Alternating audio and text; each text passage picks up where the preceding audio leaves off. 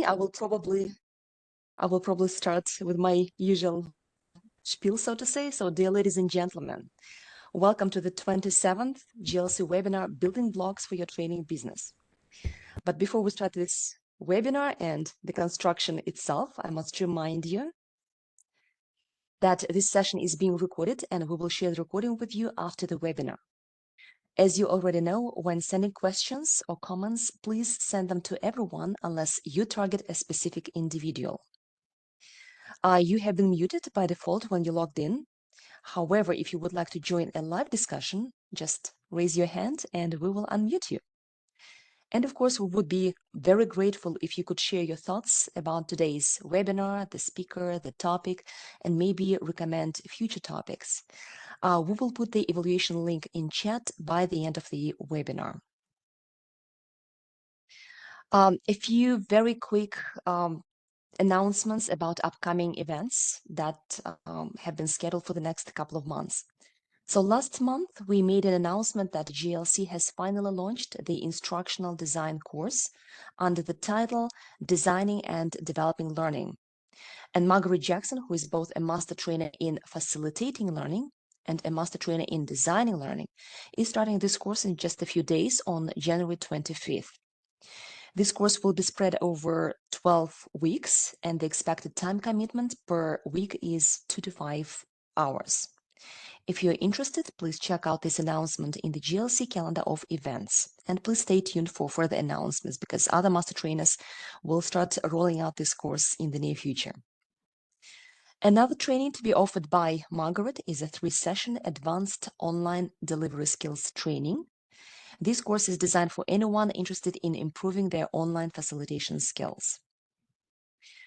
Next, Laban Mawungwe is starting a facilitating learning online and in-person course on January 30th. And the very same course will be offered by Adeola Babatunde in February. And our master trainers, Adaura Ayoade and Jonathan Ikialumba, in March. And finally, for those of you who live in Kenya, our master trainer Esther Macharia is offering a classroom-based course facilitating face-to-face learning. So for those and other events, please check out the calendar of events on GLC. And now it is a great pleasure for me to welcome back Caroline Mwazi, who is an IFC-certified master trainer and an IFC-LPI trainer and assessor. Caroline Mwazi is the Chief Change Catalyst and founder of Huru Consult. This is a Nairobi-based management and training consulting company. Prior to launching her business in 2007, Caroline was a corporate banker. She's an associate of the Chartered Institute of Bankers and an MBA degree holder with concentrations in strategy and entrepreneurship. Caroline, welcome back, and the floor is yours. Thank you. Thank you very much, Anna. Great pleasure to be back here again. I always love doing webinars for the GLC community. It's always fun, it's always interesting, and of course, a very happy new year to all of you who are joining us from wherever you have joined us from. One of the things I do, in addition to being a master trainer and of course a learning and development expert, is to be very passionate about entrepreneurship. And I've been supporting entrepreneurs since 2008. And I think I'll probably do it for the rest of my days, simply because it's really rewarding to see the transformation that happens in organizations that put in the work, make the efforts, and eventually get the fruits of the work that they have done. So today we're looking at the building blocks for your training business. Of course, this is all about business, but we are doing it focusing on your business as a training business. So welcome everybody to the session and looking forward to just engaging with you. Feel free to type your questions and your comments in chat as we go along, and I will be revisiting them from time to time. Thank you. Great. So moving on.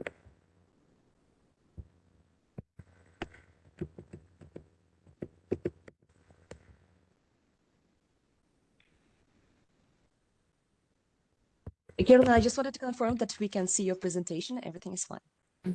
Thank you. Thank you very much. So, as Anna said, the Director, Chief Change Catalyst of Huru Consult, and the areas of specialization that we do at Huru Consult is learning and development. That's where we train trainers, we train consultants and coaches, and then also entrepreneurship and personal development. And I think we'll be able to combine all of them in our session here today. So just to get the engagement going right from the beginning, please type in chat one business challenge that you're currently facing.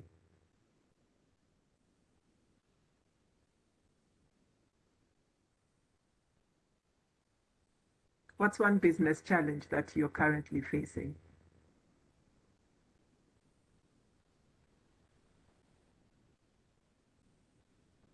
Okay, so we're waiting for your answers to come through. All of us are here as either we are currently running a training consulting or a training business, or we are planning to, right? So that's why we joined our session here today. Hi, George, it's good to see you. So George, Jorge, you're saying to innovate with new materials, exercises, and resources. Yes. Jorge, how is that a challenge? Is it the ideas or the hard work that goes into developing new programs? Welcome, Katie. What's one challenge that you face? Jorge, thank you for sharing. Meeting expectations. Yes, please share, Abdullah, what your meeting expectation is. Kesan, you're talking about no market for training programs. We'll talk about that definitely. Formalizing, Ketsi, and it's so good to see you as well.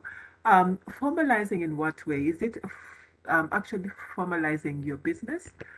Yes, that is a lot of work. And it's very interesting. Even though we teach entrepreneurship and we are really good at it, we also need to do the very same things that we train entrepreneurs to do. And hopefully, after our session today, we'll be able to do just that. Lily, you're saying marketing, handling, scope creep. Yes. Client says they want A to Z, A to B or A to H, and then all of a sudden they add I up to Z, and sometimes you feel like your hands are tied. Thank you, Lily, for sharing that. Rand, you're saying to provide scalable products and services. Thank you. Awesome. So let's see if any more responses will come in. George, Florin, good to see you again. You're saying the current world crisis, yes. Inflation, energy prices affects the trading market, yes. Just as it affects every other business, for sure. Thank you, George, for that. Any others? Tarinu Benwari, you're saying marketing, getting the client to pay the right prices for the service. We'll be talking about all these today. We'll definitely talk about them. And one of the things I know, and I've always said this right from when I started being a consultant immediately after leaving Barclays Bank, one of the things I say is that there's no problem without a solution. And here I am nearly 16 years on, and I say the same thing. I've never encountered a problem that didn't have a solution. Great. So seeing more answers coming in, improving your closing skills for sure. Marketing and getting the client to pay the right prices for the services. Yes, we need to define those as well. Arafa, you talk about marketing. So marketing is a common one. Digital training, Katie, there are lots of programs to help you with that, but sometimes is your client ready for it? Very, very important. And then we have Kesang who's saying, market not ready for new innovative programs. Absolutely. And so we need to move in tandem with our market, but also sometimes it's good to introduce them to new things. Thank you all for sharing. So just to get a feel about the participants that we have in the room, I want to put on a poll and I trust that it will work. There we are. Okay, good. So we are asking, what kind of training practitioner are you? So I'm opening the poll now and we should be able to see what you are sharing. Thank you.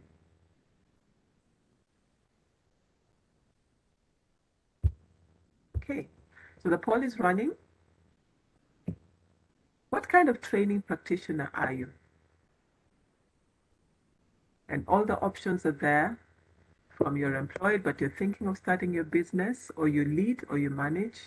a training department in a large organization, you're a sole operator, you're a partner, small outfit, medium outfit, large outfit, and the number of employees are indicated there. So let's have all of us responding. So far, about half of us have responded. Very interesting. Good. A few more of us are responding. Thank you.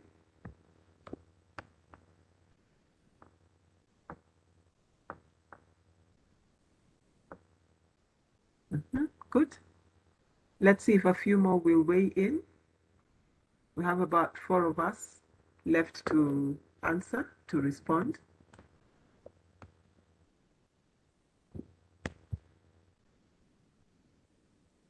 Okay. I'll give us about 10 more seconds and then we can publish the results after closing the poll. With a few more still polling. All right, great. 5 more seconds. Great. Okay, so let's see what our responses are. Let us look at the poll results, and there they are. Okay. All right, so looking at the results that you can see on your screens, all right, so most of us, okay, so 4 of us are employed, of those who responded. Leading and managing is just 1 of us. And then many of us, another 4, are solo entrepreneurs. And then none of us is a partner, so we work on our own, running a small outfit of 1, so that makes about 5, but then that's a small outfit with few employees, and then a medium-sized outfit, and none of us runs a huge company. And that's good. Yeah, that's very, very good. Only 2 of us did not respond. Brilliant. So with that in mind, then let's go on with our session. Okay, just a second. Just want to get our second poll ready, even as we begin. Although we won't run it now. Thank you. Okay, great. All right, so moving on then to our second one. In terms of what we look at. So in our session today, we're going to talk about where you are now. And I do hope that you have a place to write handy, because there are a few important notes that and a few ideas that will occur to you as we're going along. And you want to make sure that you jot them down. So we'll cover where you are now. We'll also look at the building blocks, and then we'll look at building your business. And so this will enable you to assess where you are, to identify what I call the 5 essential building blocks. I'm sure you may have had them in other ways elsewhere, but I find them super, super essential, especially the first one, because that's where the rubber meets the road. And then to be able to effectively use them to create a plan to grow your training business, because I know we will agree that all of us want our businesses to grow. And this will help you clarify where you are now and how to get where you want to go.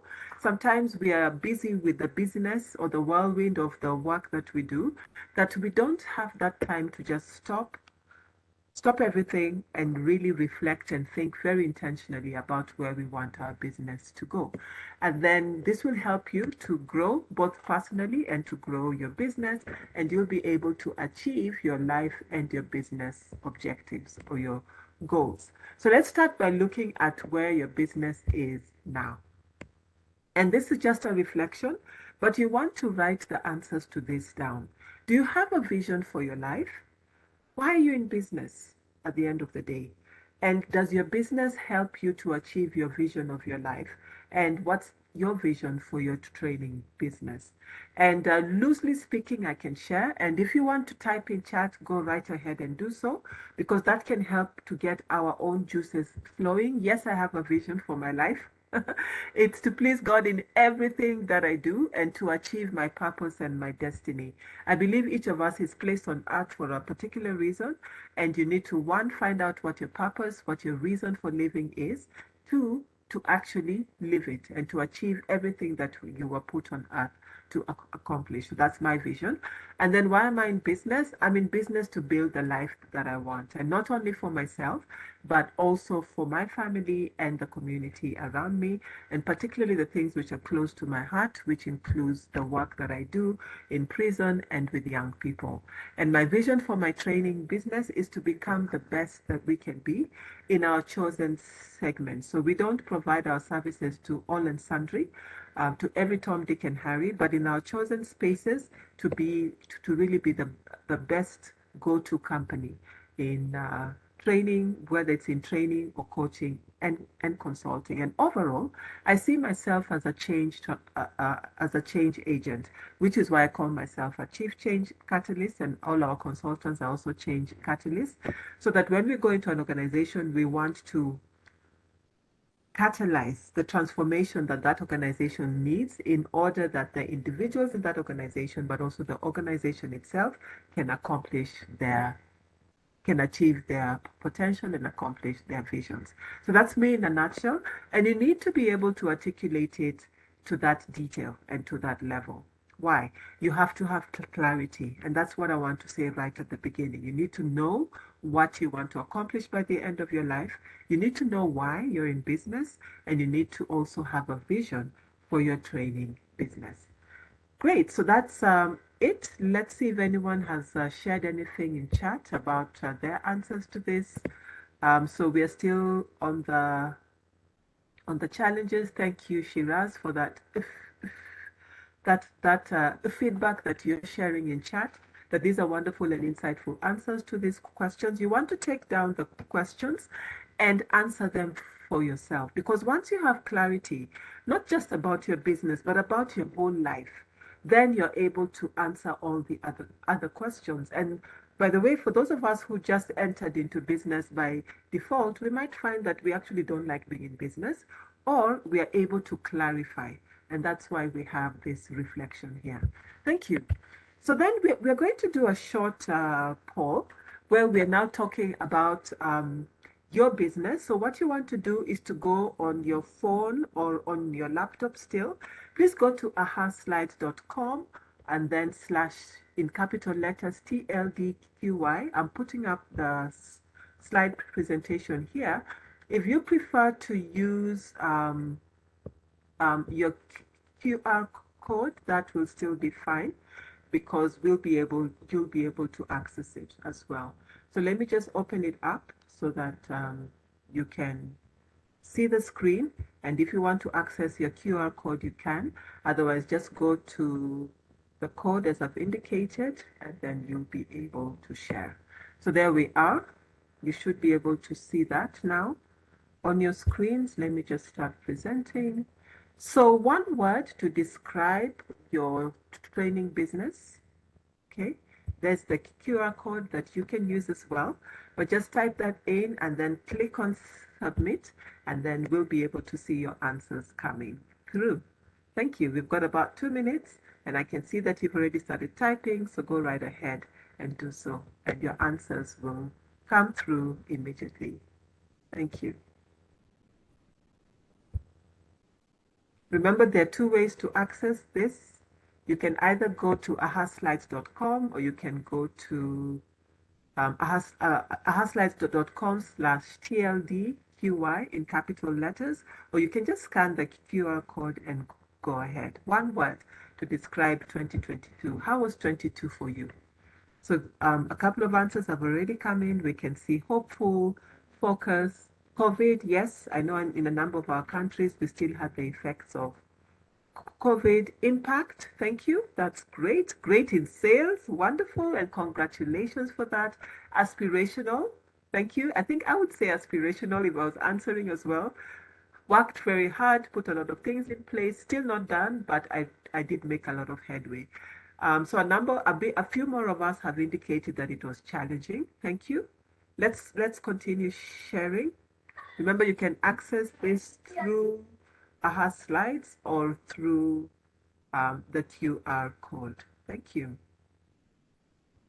More answers coming in. We still have 30 seconds, so you want to submit your answers as fast as you can. Interesting emoticon there. Yeah, I don't know if that is a shock or surprise, but there's definitely a reaction there. Let's have more answers coming in. So great in sales, aspirational, focused, challenging, transforming, accepted in, okay, so I don't know what was there at the end of that, but you can type in chat as well. And then a good year. Wonderful. Great stuff. Tough. Yes, it could have been tough depending on what was happening. You also launched some new products, which is brilliant as well. Thank you very, very much. So those are the answers we have. 13 of us have weighed in, which isn't bad because the last time I checked, we were 16. So that's really brilliant. So different experiences for different people among us. You can type your comments in chat if you'd like to. But this is what we see. Great in sales, focus, a good year, hopeful, launching, aspirational, so very positive responses there. And then we have a number of us saying that it was tough, and more than one of us have indicated that. Somebody else has talked about impact and also COVID, which means that maybe there were still a few challenges around that with lockdowns and vaccinations, etc. And then of course we have tough there and transforming accepted in. Thank you very much. Great stuff. Thank you all for your responses. And now back to our presentation here. Um, let's see if any comments have come in. We have a congratulations here. So accepted, got a seat to the table. Finally, which table is this that you're talking about, Will Brother? We'd love to share with you. And then a good year, Katie says. Thank you very much. So does your business currently have a strategy? So allow me to load our second one here so that we see. So they have opened the poll. There are a number of questions. Make sure you answer them.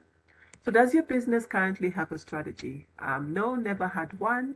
No, but you're thinking of putting one in place. You had one, but you've not looked at it. Let's say the truth. Nobody can see. Only you know what you've been saying. Then you had one for 2022. You're yet to update it for 2023. And those of us who are perfect children, who have done everything, and you've actually planned it and everything is in place, you can pick the last choice, which is yes. Let's see. Your answers are coming in fast and furious. A few of us to go. So let's see where we are. Thank you.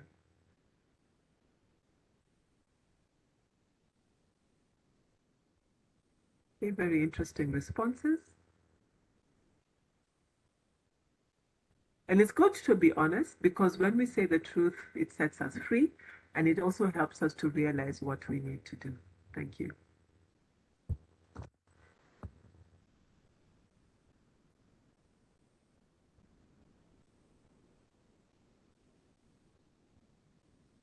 Okay, we'll wait another 10 seconds for those remaining to submit their answers. Remember to click on submit so that your answers come through. Another 5 seconds.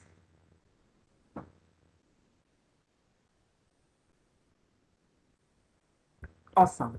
So let's see our answers there. Okay.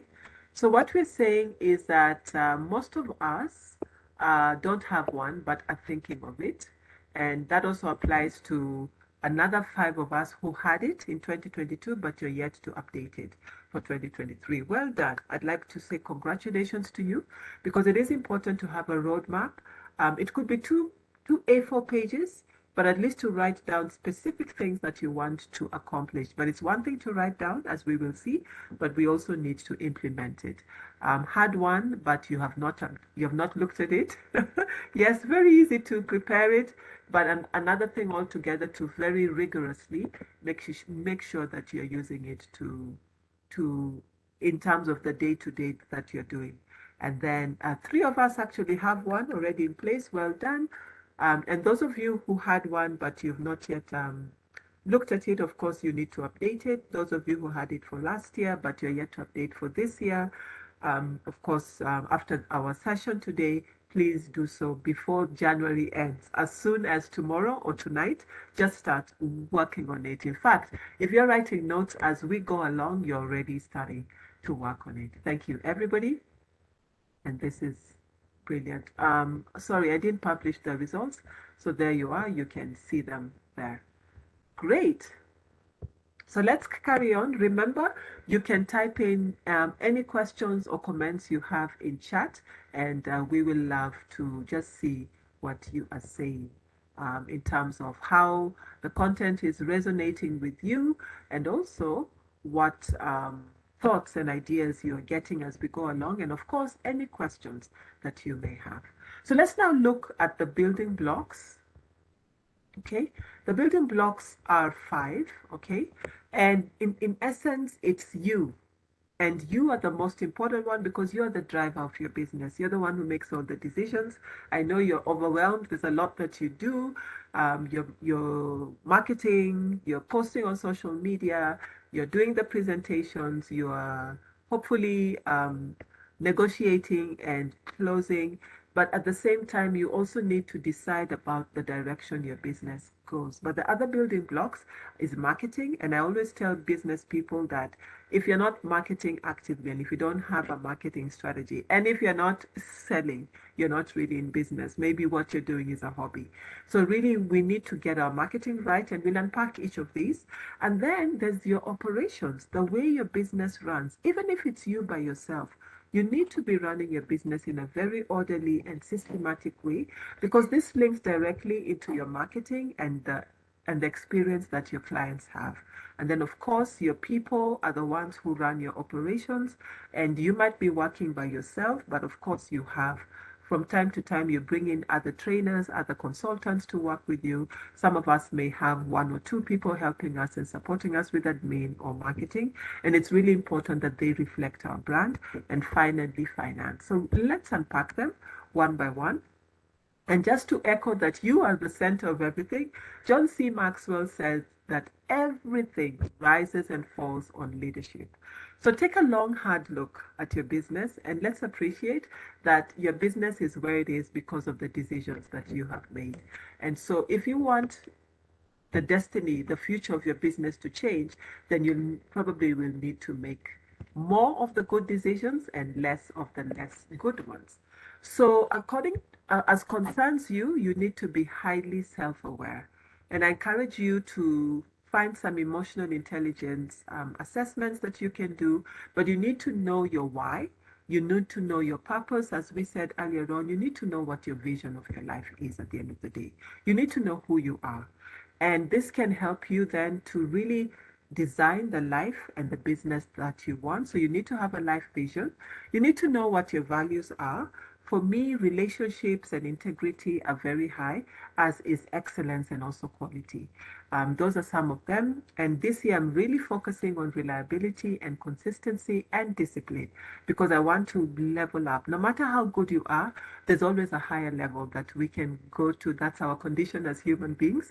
So, really write these things down. Don't just appreciate that you need to do these things, but do write them down and very intentionally and very thoughtfully work through each and every one of them. You need to know your why. As I said, those are your motivations.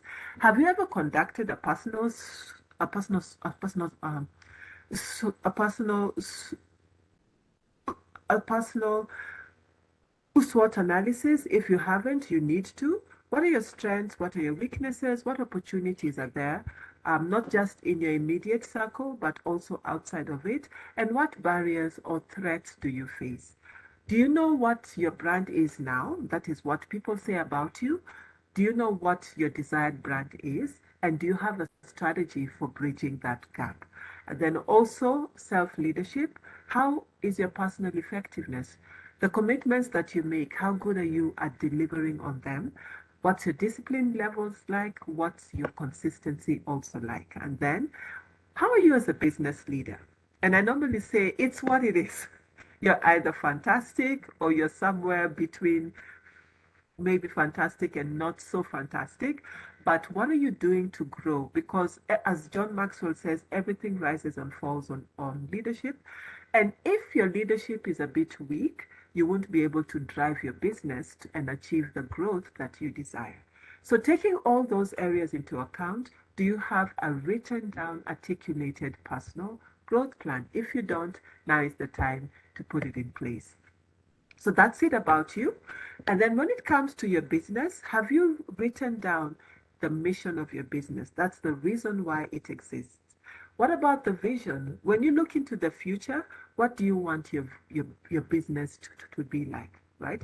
So our mission is to transform people and by extension organizations to help them to achieve their potential. So that's us, and we always work in a strategic way.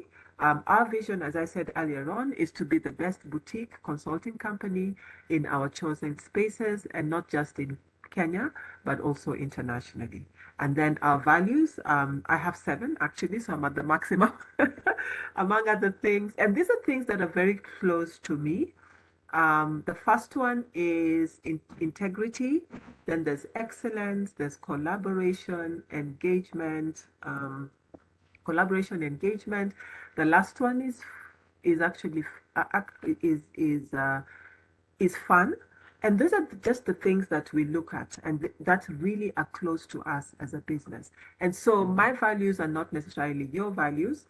Some people, instead of integrity, might say honesty. But at the end of the day, you need to have things which resonate. Honor is also another of the values that we have because, as I said earlier on, we really value interpersonal relationships with one another as team members, with our clients, and with our suppliers, everybody that we engage with.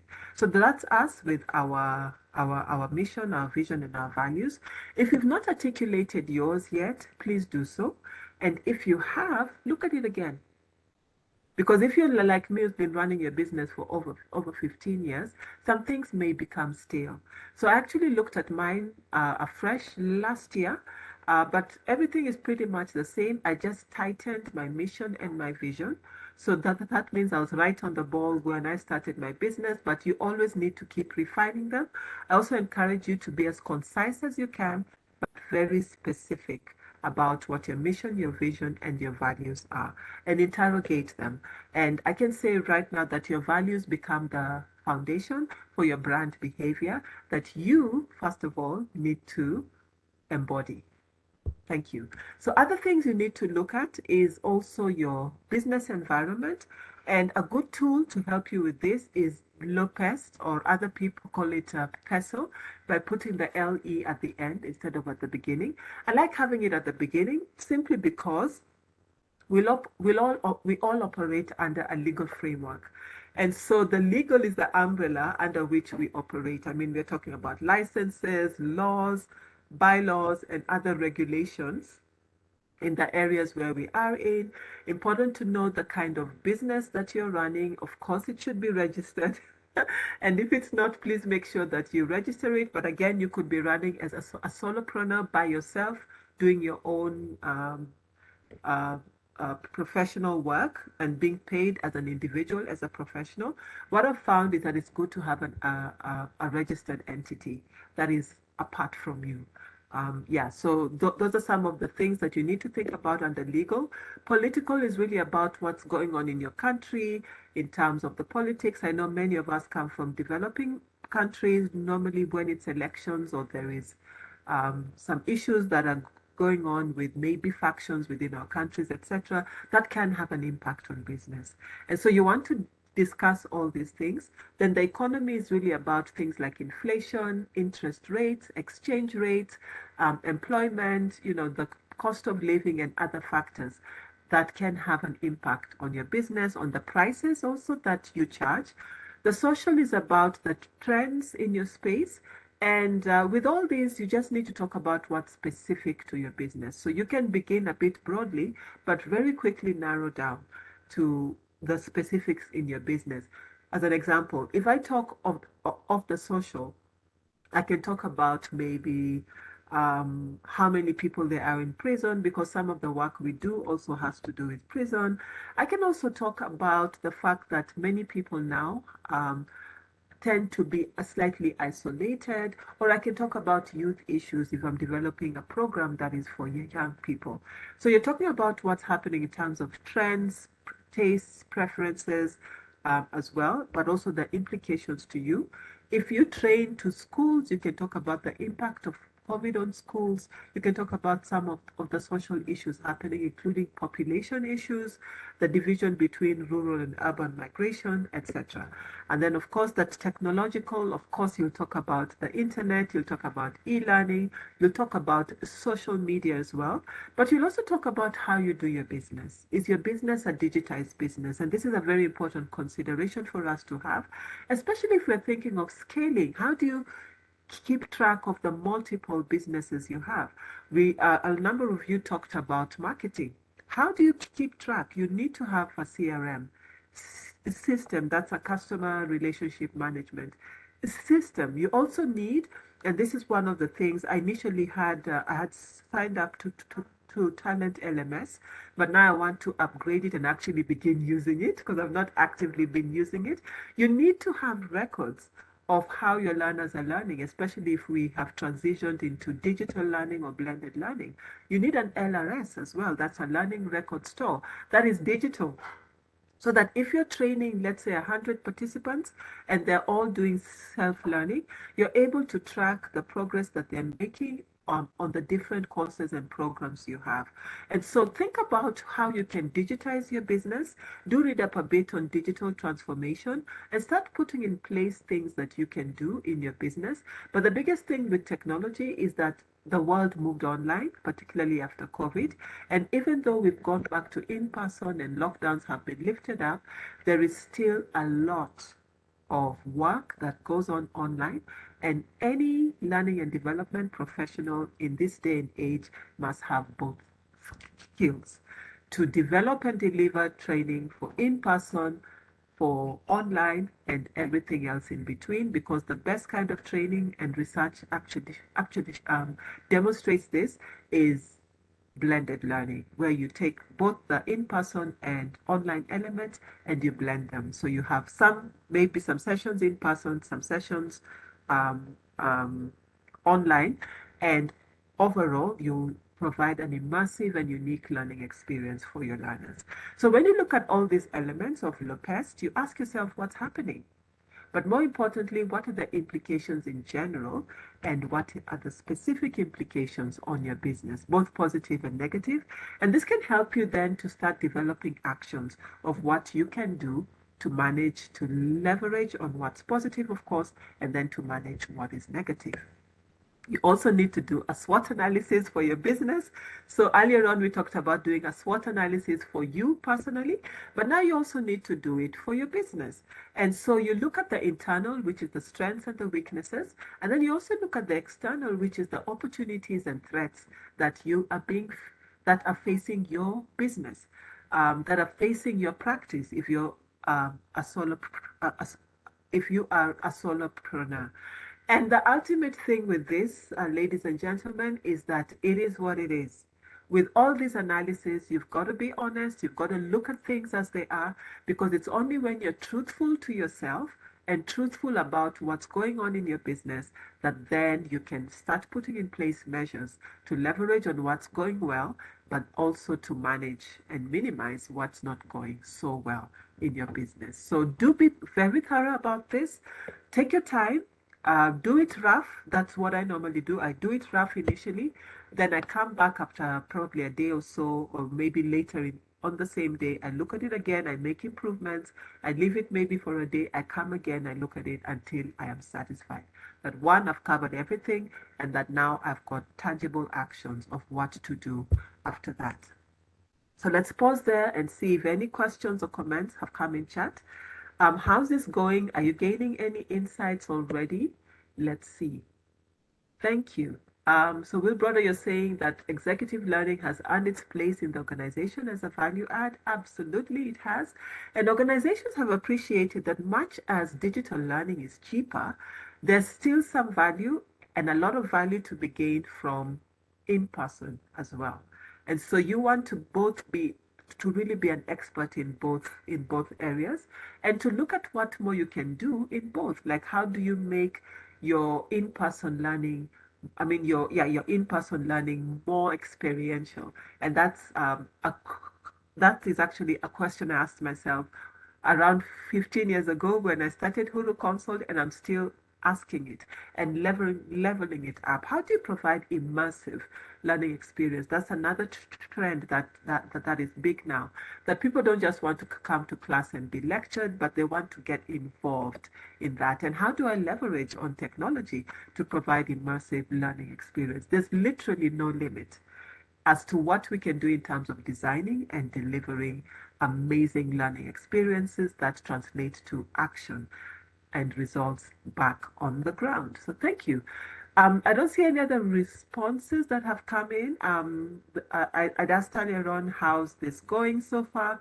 Let's have your feedback and then also any questions or comments you may have. Thank you. Hina, you're saying very knowledgeable, especially as a solopreneur who started just before the pandemic. Wonderful. So you've got 2 years already under your belt. Amazing how time flies, Hina. And all this will now help you to refine what you're doing and then start leveling upwards. Thank you very much. Let's have other questions and comments in chat. I will be visiting it from time to time. Brilliant. So now, having looked at you, and you are the biggest the biggest element that we need to think about, since, as I said, you make the decisions. Let's now look at the other building blocks, which is marketing, operations, people, and finance. Starting with marketing. This is the heart of your business. Nobody goes into business just to be in business. We're in business to make money, to market to our clients, to sell as much as we can, and make a profit at the end of the day. And this is really where it all begins. I say, after you, marketing is the next big one. And I'm not saying the others aren't important, they are equally important, with you at the top, obviously, but you can't ignore one and expect all the others to carry everything. No, you need to pay attention and to give due respect and due attention to each of the areas of the building blocks. So with marketing, have you defined your target market? Who exactly do you produce for? Do you deliver your training programs for? Is it everybody? And by the way, there's nothing wrong with saying everybody because that's where I started. So guilty as charged. But at the end of the day, it's more than that because as you go along, you start specializing. Before I could do any training program, but now I've narrowed. And by the way, this just happened last year because I was like, there's so many things, I'm so wide. Let me narrow down and really focus. My key areas are finance because that's my background and my passion. My other key area is marketing, but I'm also very passionate about personal effectiveness and people development. And of course, another passion I have is learning and development, which is why I left the bank and became a trainer and now a master trainer. But really, you need to be very clear about what your offering is and very clear about what it is not. For instance, if I'm asked to come in to do a 2-day program on operations, I'll bring in an operations expert I know because much as I know a lot about operations, I am not an expert. And within, I think, half a day, you'll realize that I don't know a lot or that much about operations. And so it's good to identify what your areas of specialization are and who your client is. The brand conversation is the one that also informs everything. Who do you want to be in the market? And who do you want to what do you want to be known as? What do you want your business to be known as? And brand also applies to your people and the experience that you want your clients to have with you. So do be thoughtful, as I said earlier, with all these elements. They're each very big, but I'm going to share a template that you'll be able to use to actually fill in all these spaces and just have a short but detailed plan for your business. Your target market is also important. To use an Indian word that has become an English word, you need to have your avatar, your client avatar. Who is your client? What do they like? What keeps them awake at night?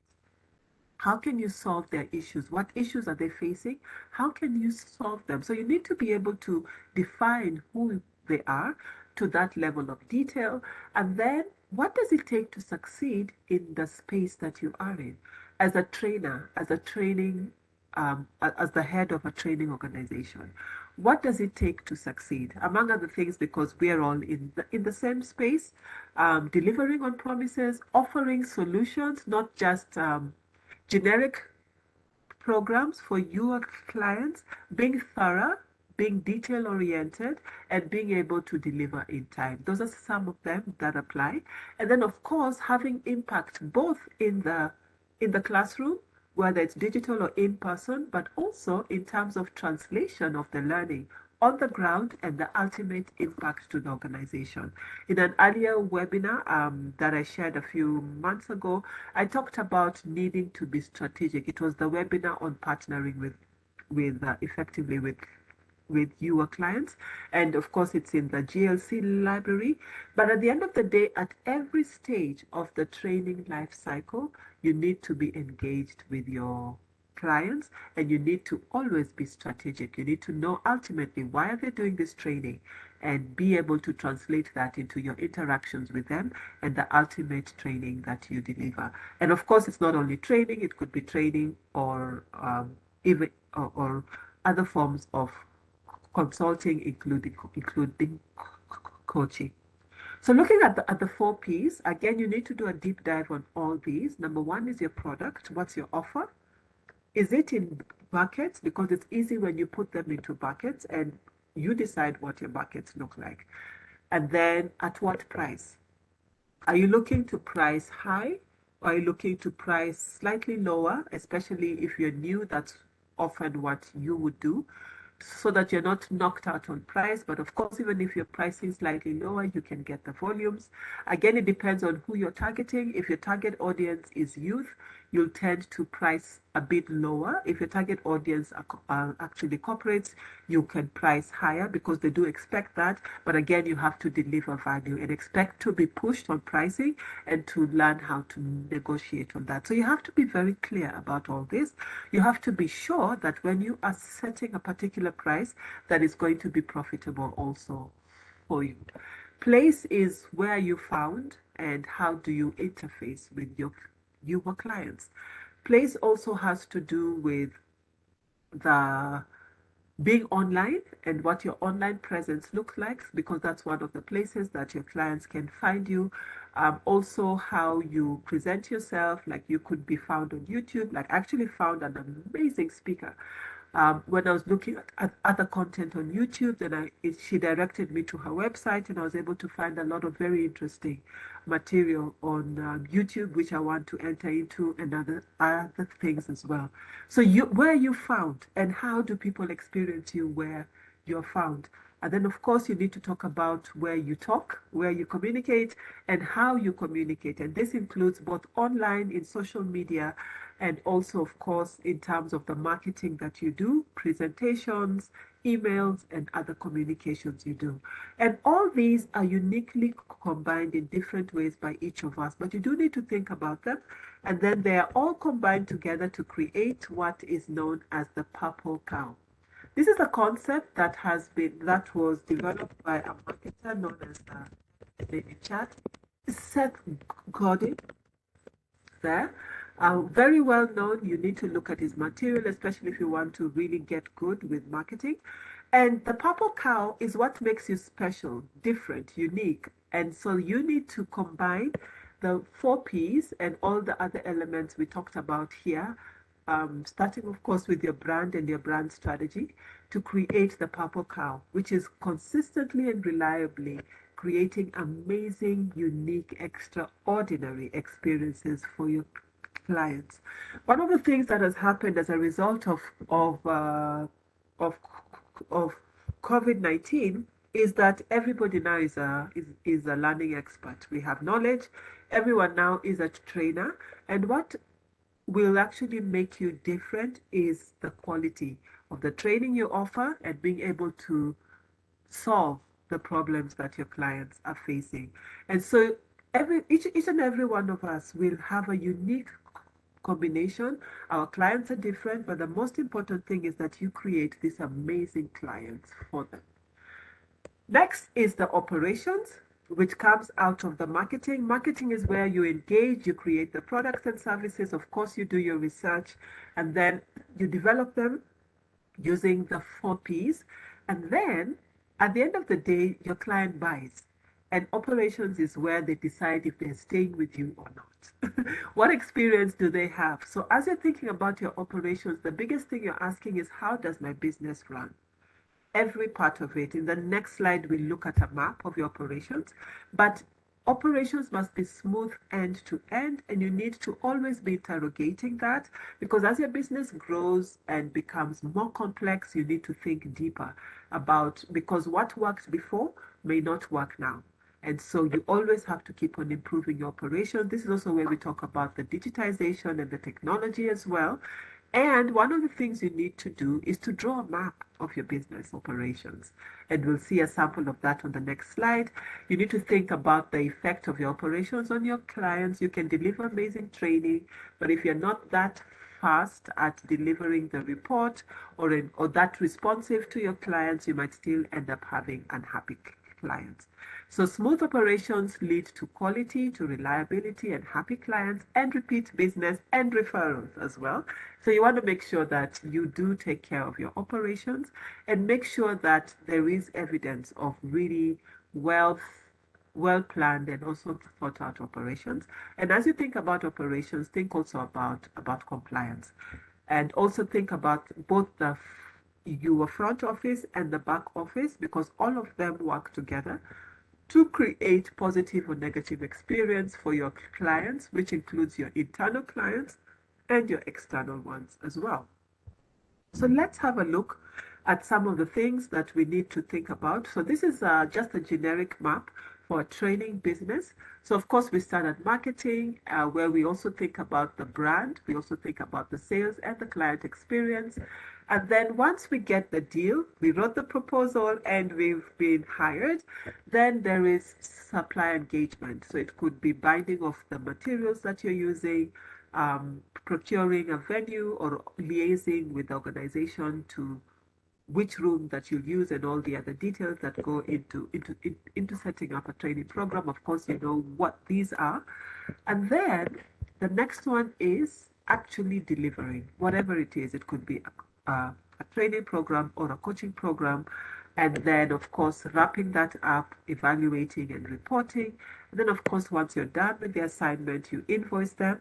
Of course, if it's a long-term assignment, you could have milestones where you report and invoice. So it depends on how you've designed that. Once you invoice, hopefully you're paid very quickly on time. And then that is banked. And then you use that, of course, to make the payments that you need to make, which is expenses, also suppliers, your day-to-day, your fixed and your other expenses, and of course you also pay your statutories, which are your taxes, right? And then of course it's a cycle, so all these things are going on all the time, depending on how busy your business is. Brilliant. So that's it with operations. Now, of course, operations, you can set up the most amazing systems and structures, but at the end of the day, it's about the people. The people are the ones who are working in your business, working with you. And of course, you are person number one in your business. So whatever you want to see in your team members, you need to embody.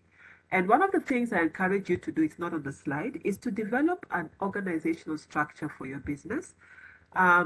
This has been encouraged by Michael Gerber. I encourage you to find his book, just email.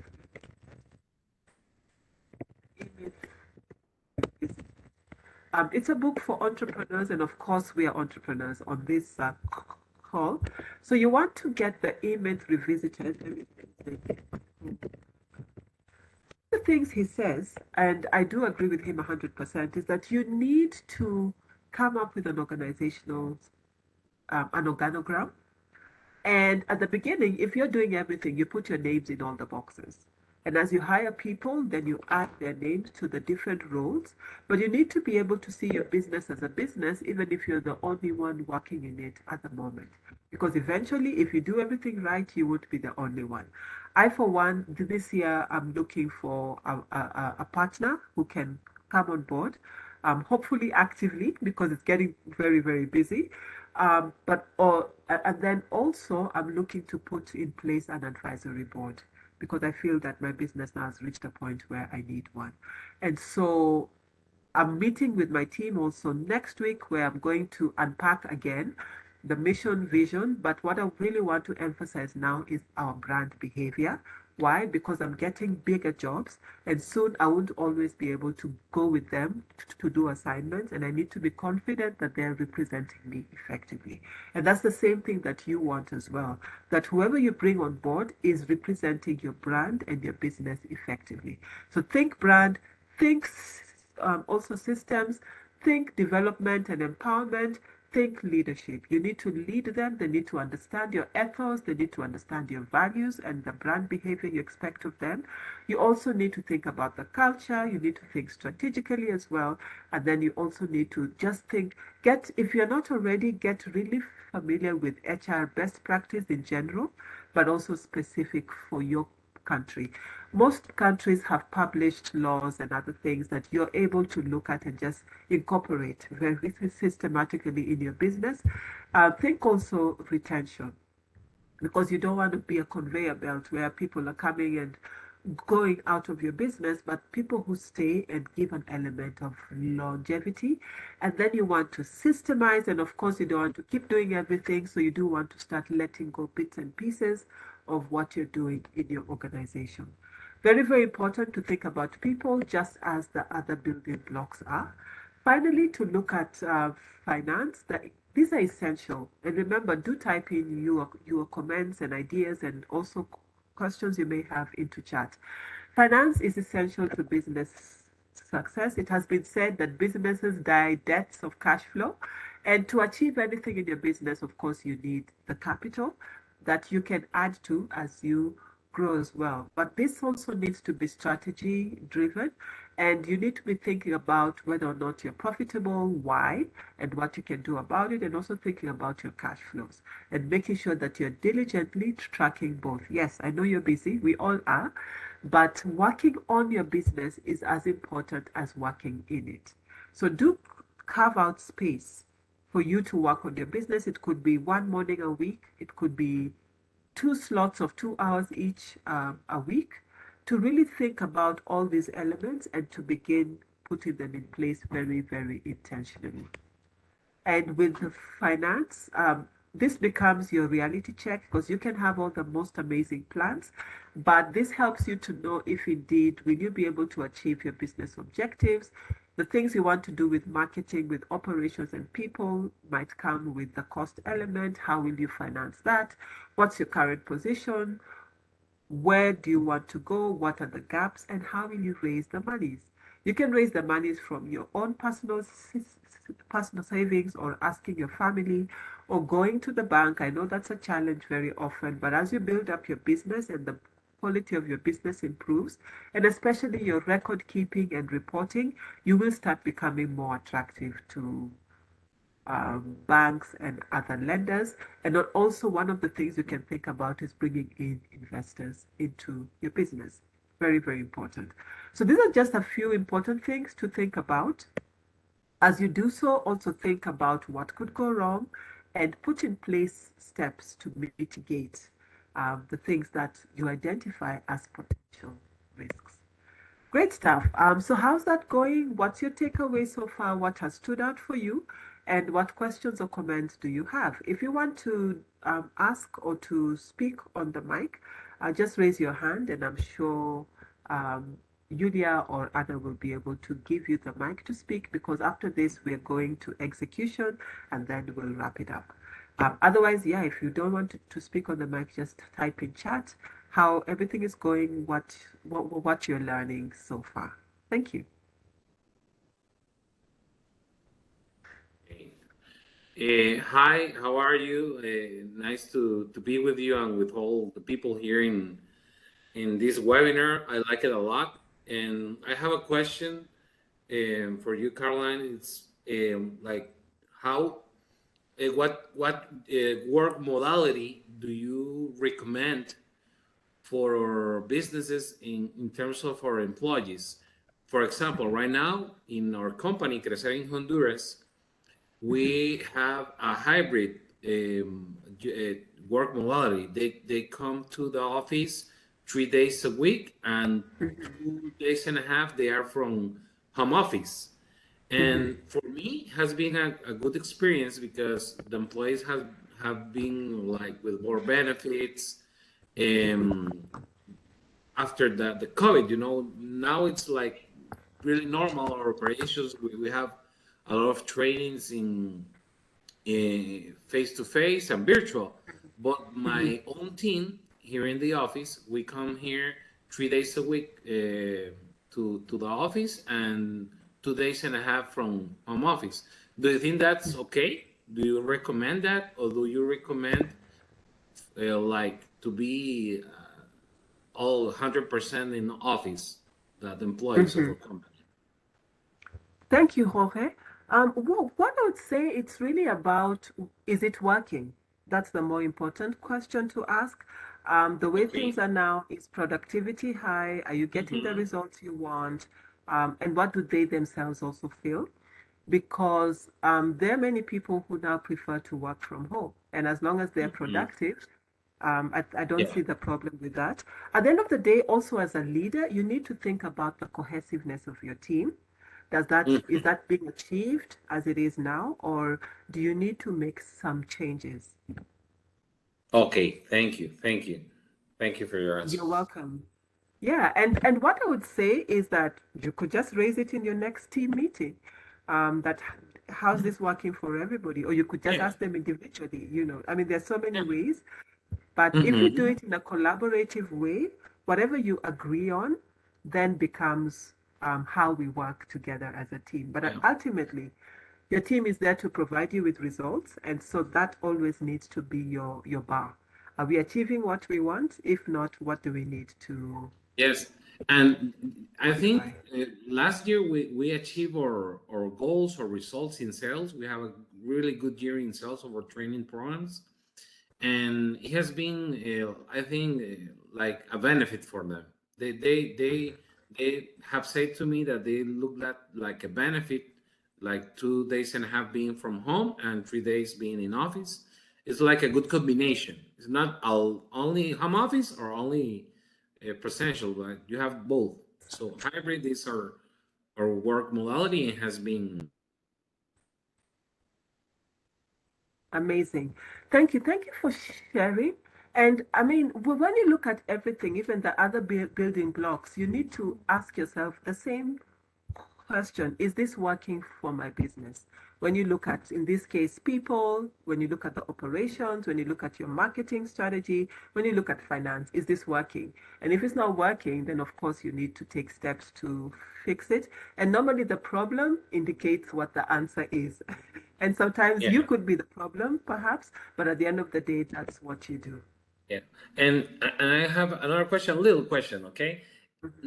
One of my challenges in being I'm the manager of my own company. I have 6 employees, Mm-hmm. and one of my challenges is that I develop the training. So a lot of Yes. times I have to go out of the office to develop the trainings.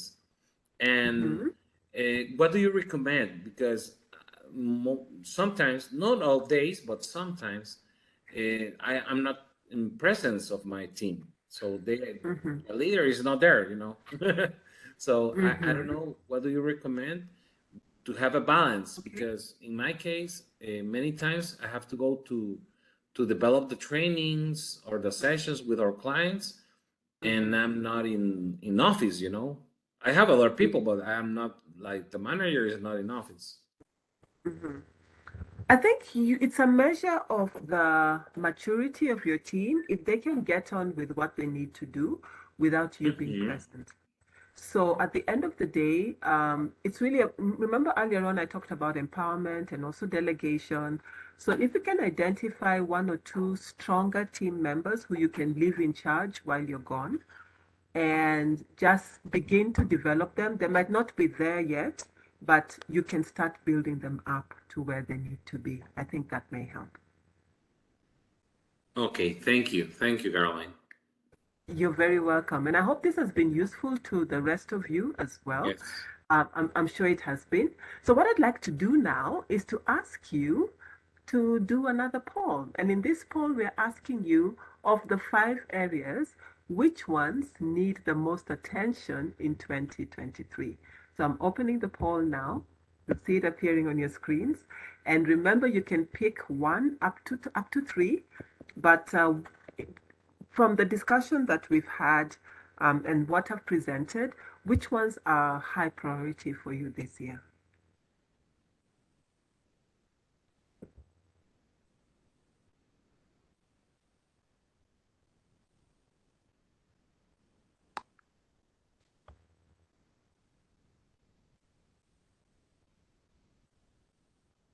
Okay.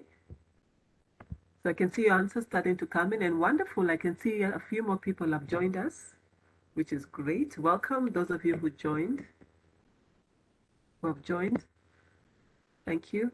And more joining. Excellent. Great. So let's see. What do you need to really focus on? Is it you?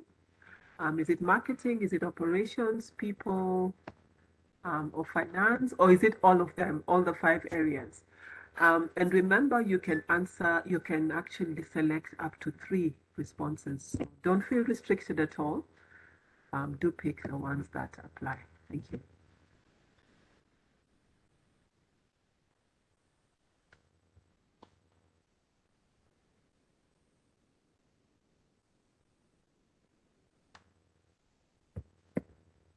Okay, so we'll do another 30 seconds for those who are still answering. Remember to click on submit so that your answers come through.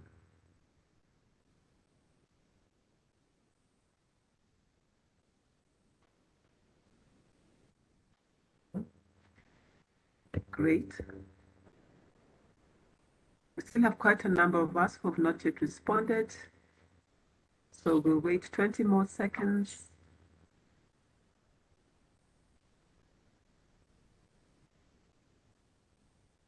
Hmm? 10 more seconds. Wonderful. Okay, great. So let me close the poll and then we can see what our responses are. Very, very interesting one, but not surprising because these already came out even earlier on when we talked about the challenges we are facing. So 12 of us out of 28 have indicated you need to work on yourself. And then marketing is another very high one. And then very low, interestingly enough, is operations, people, and finance. Interestingly, in some other meetings, um, the finance is high, but in this case it's not. So our biggest priority is developing yourself as a leader, as an entrepreneur, even as a trainer, because that's as you develop yourself as a trainer, you raise your skills and your brand in terms of your quality, and then of course the marketing, and the marketing is a huge conversation. But I hope that what we've shared today has will enable you to begin applying this in your business, because the little changes that you make are the ones that will go to improve what you do at the end of the day. Thank you. Good stuff. So then let's carry on, even as we are heading to the final stages of our webinar. Okay, so here we're looking at, okay, so all this we have done. All right. Caroline, now let's look at building we your have business. another question. I'm sorry. Okay. We have another question, and the hand is up. Ivanka, Okay. you are on mute. Hello. Yes. Hello. First, thank you for this training, and it's going so great so far. So thank you. My question is that one. What would you recommend if we are one of those leaders who can push the team to give the best of themselves, to empower their strength, and to be at the best? But we can do it for ourselves. So, what would you recommend for that?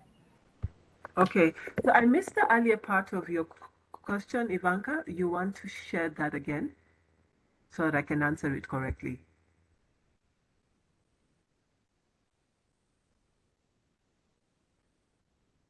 Go ahead, Ivanka. I know it was a question to do with leadership, but I missed the earlier part of it. Please ask it again. Julia, did you get the question, or Anna? I did not get the question. I will unmute Ivanka again. Thank you. Back to Ivanka. Yes, so sorry. Yes, my question is what would you recommend if we are one of those leaders who can push the team to give the best of themselves, to empower their strength, and to be at their best? But we can do it for ourselves. So, what would you recommend for that? Okay, Ivanka, that sounds like a weakness. So I always say that self-awareness is the first step. So it's really about developing discipline at the end of the day.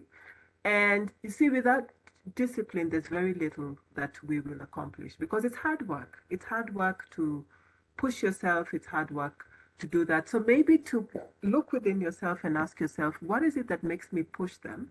Why don't I push myself? So being able to find the answer to that, then you can ask yourself, so what results am I getting by not pushing myself? Therefore, what do I need to do? And one of the biggest things that I think could help you is getting somebody who holds you accountable. For instance, you could make promises to your team and then you report to them regularly. You don't come in front of them and say, I have not done what I promised to do. So find someone within your personal life, within your circle, even a coach may help you with this to hold you accountable. Because very often and I used to say this in the early years of my business, who will make me? There's no one to make me. When you're employed, you have a boss, but now you're the boss. And every decision lies with you. And so I used to actually say, who will make me? Nobody's there to make you, but you need to put people around you who can make you. The other thing that may help you is getting involved with a mastermind, which is like a small group of maybe one or two other trainers who are like you, who have the same ambitions as you, and then you push one another. And that can help you go further than you could go on your own. I hope that helps.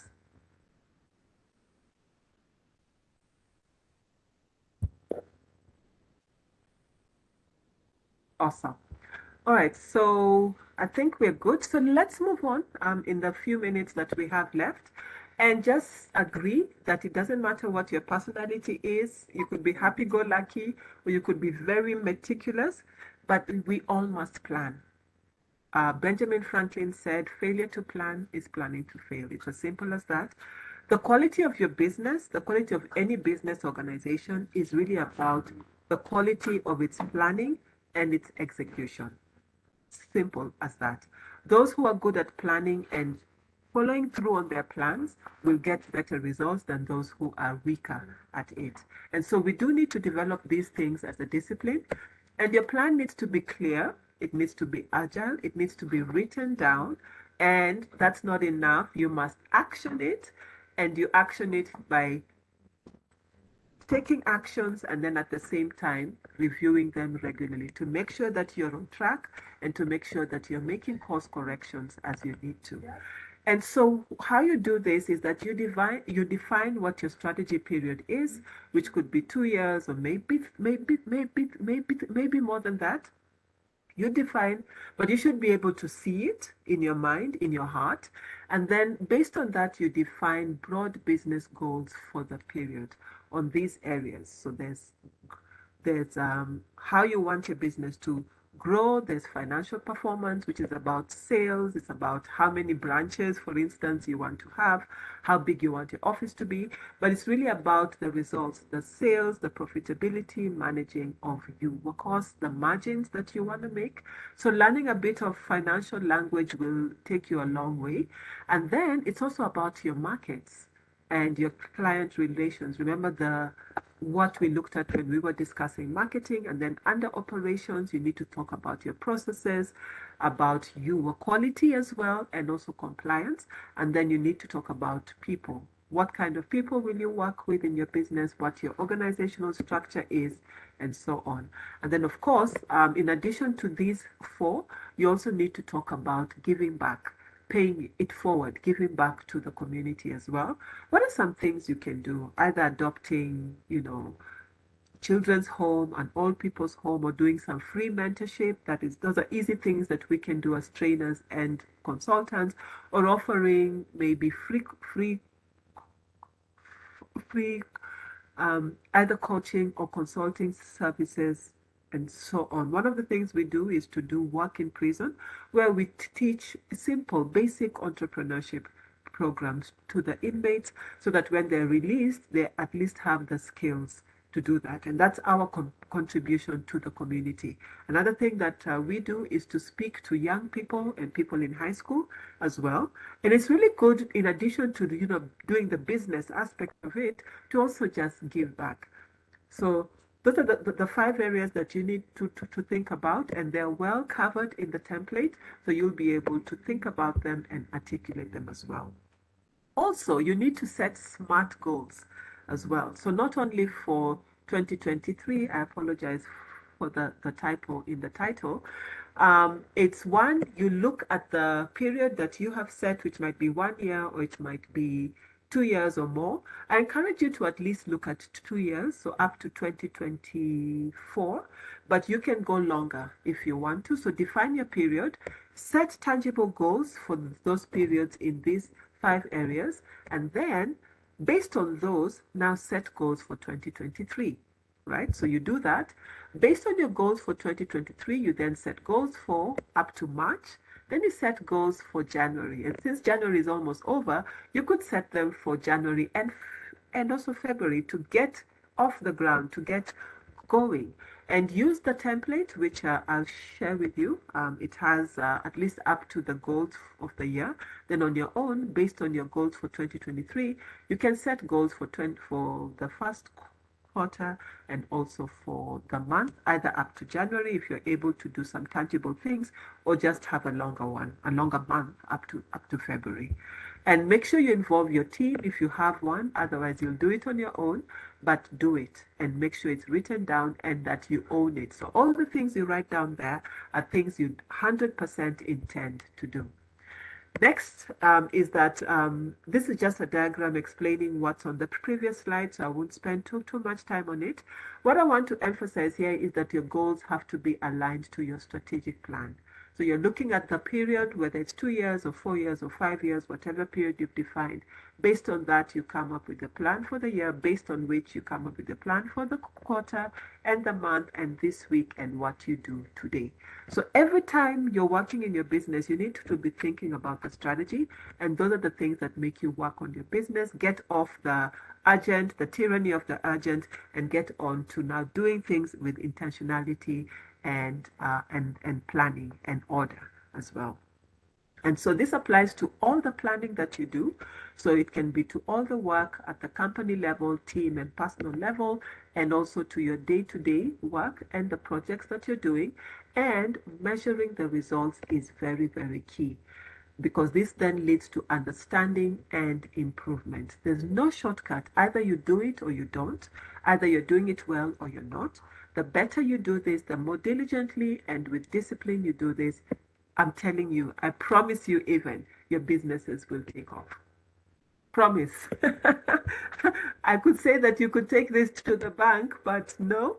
But let me know how you get on, because if you're diligent about this, and I've seen this work for myself, I've seen this work for the organizations I work with as well, and this will always work. Thank you. So execution is key. Excellent book by Ram Charan and Larry Bossidy. You want to get hold of it. It's called Execution. And they said in their book that strategy execution is the responsibility that makes or breaks executives. It's a discipline of its own. The better organizations are really disciplined and diligent about this. The planning, and after the planning, the execution. And if you want your business to amount to anything, there's no shortcut, ladies and gentlemen. We just have to do the work that needs to be done. So we have to be diligent about the weekly planning, because that's a lovely capsule in which to execute. Because if you're executing well every week, it will translate to what you want to accomplish at the end of the month, which in turn will translate to what you want to accomplish by the end of the quarter and ultimately by the end of your year. So do have your longer term plan, which could be 2 or more years, but focus now on the things you want to accomplish by the end of 2023, and then you write down your marching orders and you start marching. You start executing, reviewing regularly. So set goals for the year, for the quarter, for the month, and for the week, and then start actioning them, reviewing them regularly. Celebrate your wins, you have to, with your team, and then also learn from what you do well, learn also from what you don't do so well, and then make adjustments to your execution and keep going. If your goals are unrealistic, remember we talked of them being smart, but if they're unrealistic, maybe you didn't realize when you were setting them, but as you execute, then realize and make adjustments. They're your goals after all, they're not cast in stone, but don't make excuses and keep going, iterating upwards and constantly improving. So you do need discipline, that is key. You need strong leadership as well. And please take deliberate steps to develop your leadership ability. The E-Myth is a good book. Another book that I recommend is by John Maxwell, The 5 Levels of Leadership. Amazing. And the third one I recommend is Why Should Anyone Be Led by You? So do look for these books. You'll easily find them on Amazon. Pick one or two. You don't have to flood yourself. Listen to YouTube videos on leadership, especially by John Maxwell and Brian Tracy, and you'll just find yourself beginning to change and improve. So ultimately, you need discipline, you need leadership, but you also need clear strategies, communication if you have a team, communication to your accountability partner if you don't have a team, but you must be accountable either to your mastermind or to your coach or to your team or to one person who's holding you accountable in your personal life. Make sure there's alignment. So what you're doing daily is fully aligned to what you want to do by the end of the month, by the end of the week, etc., by the end of the year. And ownership is also important. Make sure there's prompt collaborative action. If you agree you're going to do X, make sure you do it, and make sure that you review regularly. Develop a dashboard of the key elements you want to be tracking so that nothing disappears into the nothingness of busyness and the tyranny of the urgent, that you keep what you need to be tracking really focused. And then if you need to make course corrections, do them immediately without wasting any time going down the wrong path. So that's it, ladies and gentlemen. We come to the end of our session in which we have looked at where you are, the 5 building blocks, and how you can build your business. And this can apply to any business. So don't look down on yourself and say that I can't do it. And don't also focus on your weaknesses and your shortcomings, but determine that you're going to level up as a leader, as a business owner, as an entrepreneur, and really start working to not only work in your business, but work on your business to build it up to what it needs to be in the future. So let's type in chat what immediate action you're going to take, and then we can take 1 or 2 last questions and comments. We'd already paused for that earlier on. And yeah, do the work, ladies and gentlemen. Think through and work on the 5 areas, develop them, think about them, leave it for a day, come back, look at it until in your heart you know that it's done, and then move to implementation with regular reviews, improving and updating as you go along. I'll share the links to all those resources, the 5 steps to a strategic plan. Basically, it's about strategic planning, risk management, and execution. Very, very important. So you'll be able to study them and incorporate a lot of the content in there. What I've shared with you, of course, is the summarized version. And then just remember, all you have to do, ladies and gentlemen, is to start. There's another speaker who said nothing ever happens until you create a space for it to happen in. If you want your business to be fantastic, you have to create the space for that to happen. And so simply start. As Robin Sharma says, small, daily, insignificant improvements, when done consistently, lead to stunning results.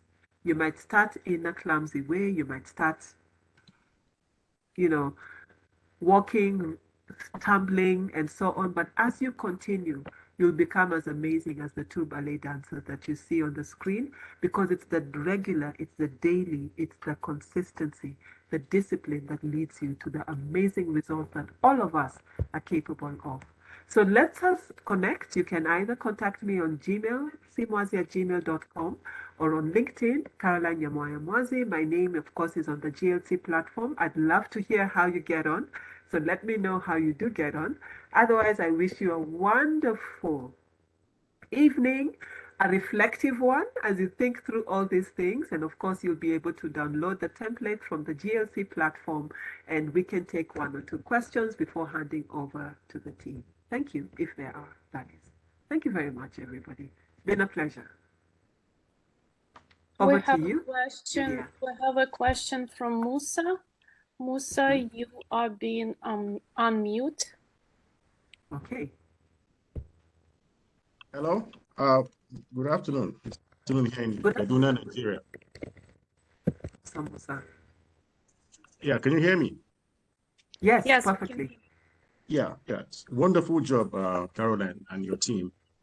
I just want to find out how do we become certified with the GLC certification? How does that happen? Okay. So there are 2 routes. The first one is you do the either of the TOTs, that is either facilitating learning online or facilitating face-to-face learning. Then that gives you the foundation of everything in training, and based on that, then you just do a 1 hour, up to 1 hour training that is assessed, and then you receive your certification. If you know any of the master trainers, of which of course I'm one, you can just ask them for details. You can join any of the facilitating training programs that are posted always on the GLC platform, and that becomes your start point for becoming certified as a trainer. Okay, great. Thank you. Thank you. You're welcome. Great. Over to you, Yulia. Thank you, Caroline. Thank you so much for this informative session. It was very fascinating, and we got a lot of very practical advice. We were taking notes. And what a great way to kick off the new year with our new webinar, the first webinar of the year. Thank you so much, Caroline, for sharing your wisdom and your energy with all of us. It was a great honor to learn from you. And I'm wishing you only victories in personal and professional life. And thank you to all colleagues for joining us today. Please stay tuned. And we have a lot of interesting discussions lined up for you this year, and we can't wait for our experts to share their knowledge with you. And this is what we are all about growing, learning, and connecting. So stay tuned, visit our website regularly. We will share the recording of the session shortly. And Musa, I can also reach out to you via email to share more details on how to get certified. Thank you, everybody, very much for today's session. And Happy New Year!